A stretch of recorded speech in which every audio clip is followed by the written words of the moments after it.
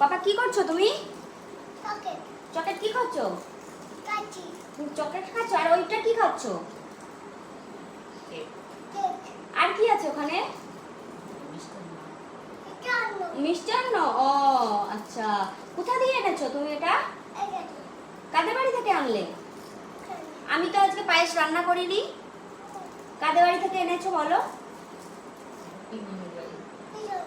পিসিমণির বাড়ি। ও পিসিমণির কি হয়েছে আজকে?